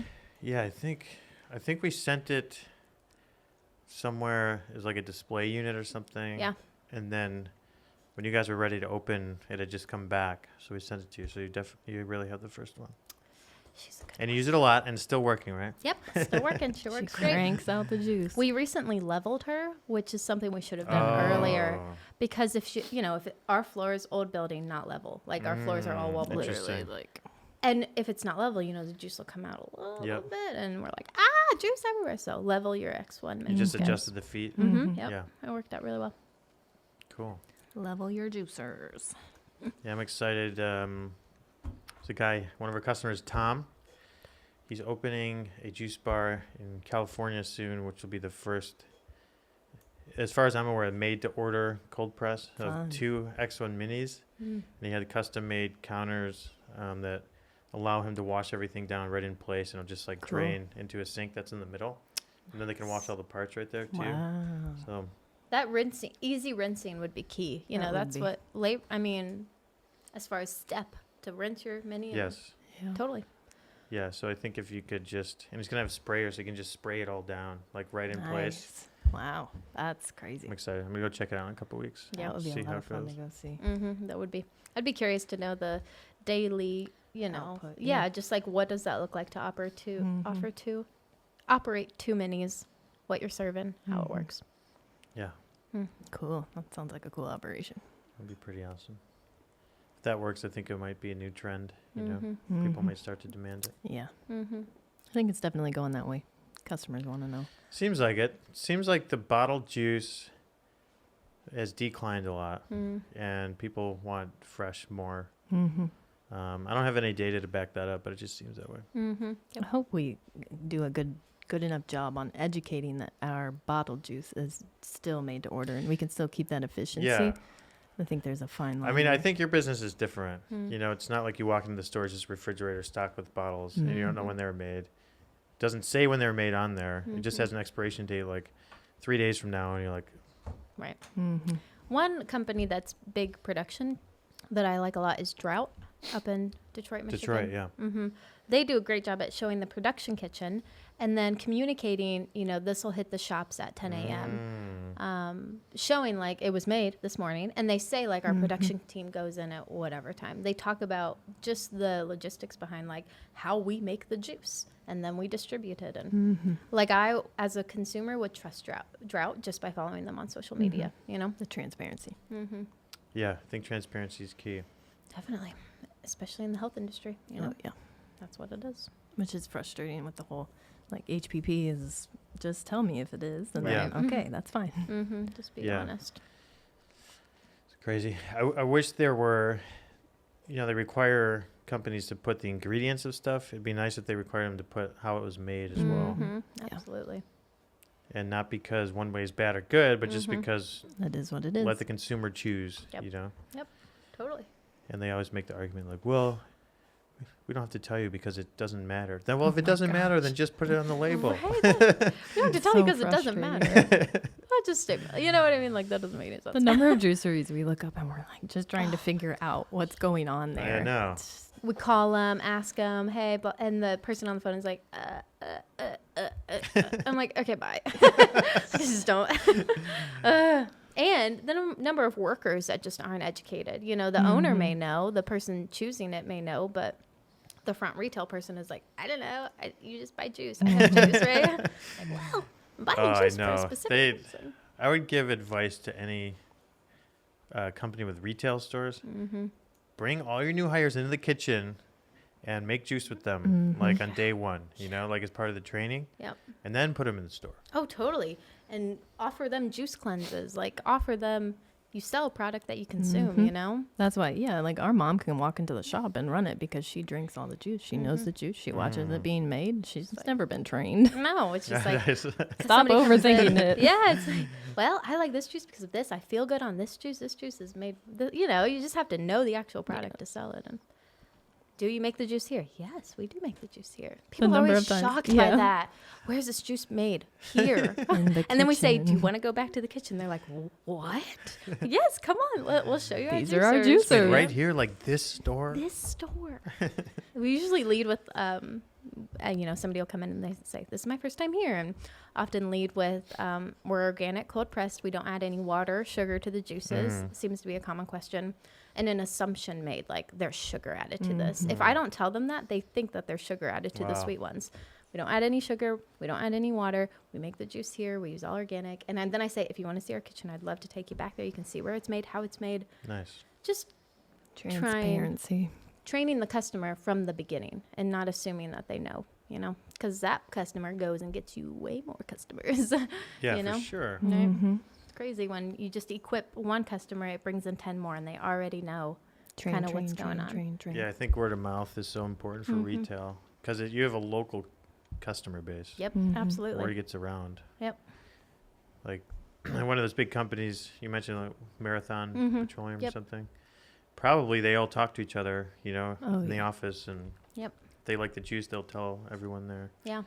We almost view our customers as like our own little marketing team. Like if we equip you with the correct information and we make sure you love and get what you want and you know how it's made, you're going to go tell your friends about it. And we got a little army out there. That's awesome. That's a really good way to look at it, actually. And sharing your story makes them emotionally involved. So, like, they know the details. They know, like, wow, this was made with these machines, and those are the best in the industry, and they use all organic, and they get fired up about the details. Right. And then follow us on Instagram, and we'll just make you fall in love with our brand, hopefully.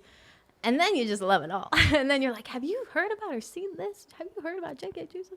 Anyways. Which is so different than the classic marketing for juice, which is show a girl doing yoga and a bottle of juice, but they're not actually talking about the process or anything. They're just like, if you want to look like this, drink this juice, right? And we're actually aware of that as far as like Yeti is a good brand that does it. Is that the company? They show the cooler company? Yeah, they show like doing cool things with their cooler. Yes, totally. So we try to like, if we're doing something cool, like sneak our juice in there. Like you can garden a big garden with a juice. Kind of like. But in like all reality, like we're constantly drinking juice. Like it just is really how we operate. Yeah. Like, I can't do this without a juice or whatever it may be. So definitely a little bit of everything there. Yeah, Yeti's cool. They'll show the cooler in the back of a pickup truck while they're out somewhere, right? Yep. Or out on the ice while they're ice fishing and stuff. Yeah. I was gonna say something in regards to training your customers. No, I forget what it was. Bottle bringbacks? No. Oh, bottle bringbacks are like the easiest way to remind your customers to come back to your shop, though, because they don't throw them away. I mean, I like the 25-cent rebate. That's so much more reasonable than $1. Yeah, I mean, I feel like so many customers or juice bar owners are scared to like that they're, like 25 cents. Oh, that's not enough. This other company in San Francisco is offering. We're in Findlay, Ohio, you just got to test things and see if it works, They're going to bring the bottle back no matter what. They don't want to throw it away. They don't want to throw in our community, at least. They're not going to throw it away. They say, I got cupboards full of bottles. Yeah, for me, I guess the difference, the money amount doesn't matter. It's like exactly. It's like feeling good about yourself for bringing it back. Yeah, totally. And also, hey, here's a credit, thanks. Yep. 50% of the time, they don't even want the credit. No, they'll just drop them off. Yeah. They'll be like, here's my bottle. I'm like, do you want the credit? They're like, nah, I'm good. Okay. It's great. That is interesting. Yeah. Then they come back in, they buy something else, right? Yep, exactly. We got a lot of downtowners that walk, so they'll walk around. Downtowners.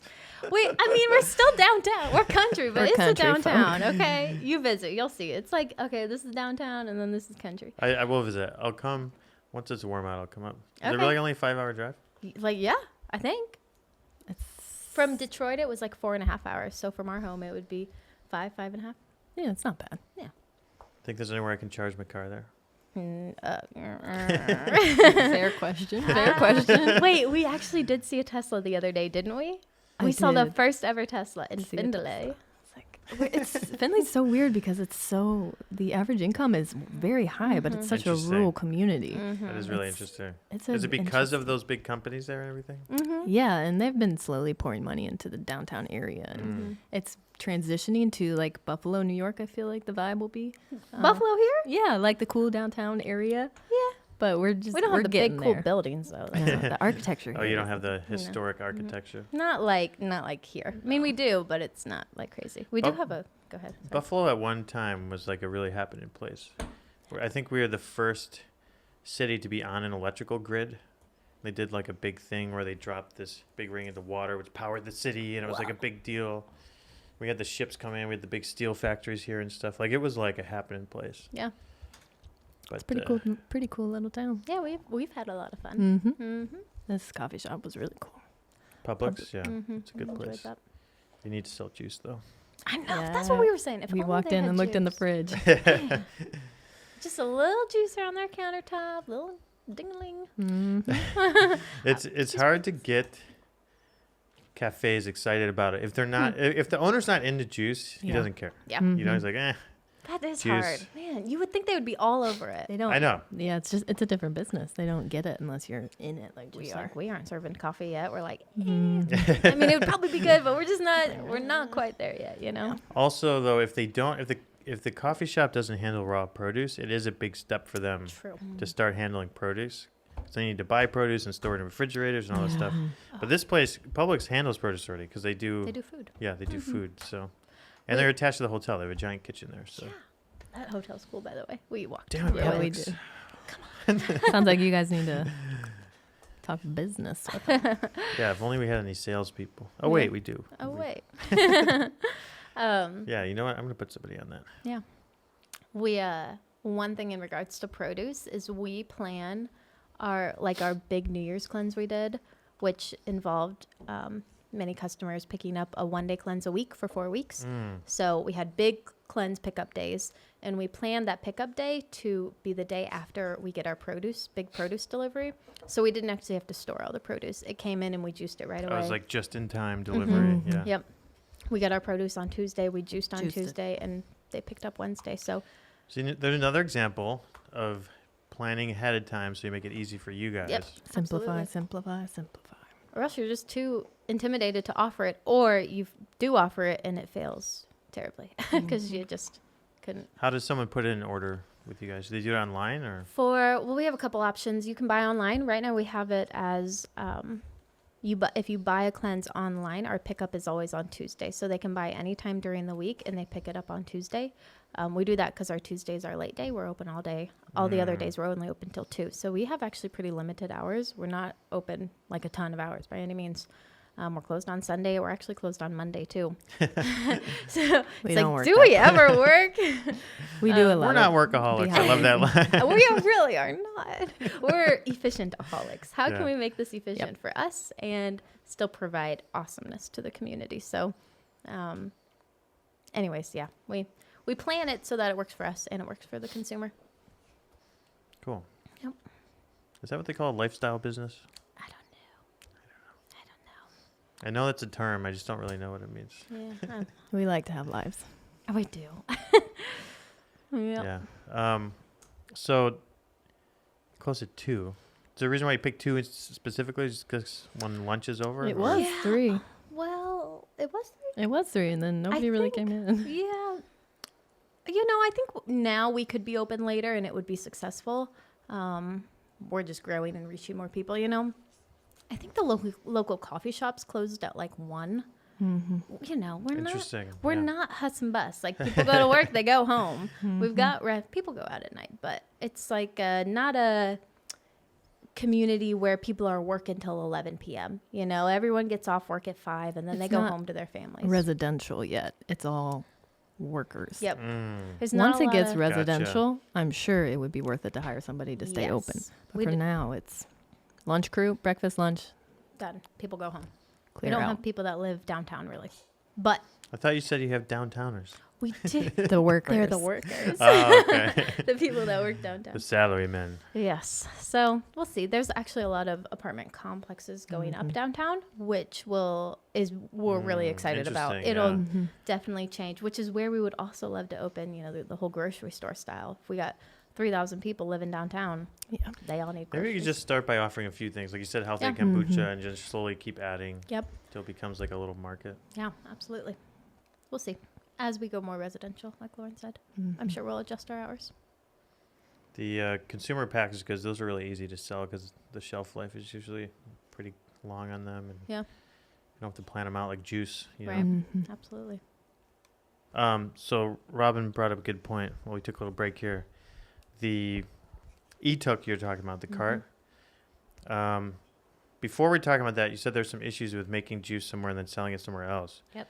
Would the e-tuck get around that issue somehow? Yeah. So from the last time I spoke with the Ohio Department of Ag about making juice on the truck and then taking it somewhere else, they said you can make juice in a storefront, and you can take it somewhere else to your own retail establishment, but you can't make juice in your truck and drive it somewhere else. So that law of, making juice in a home base and taking it to your other establishments only applied to brick and mortar.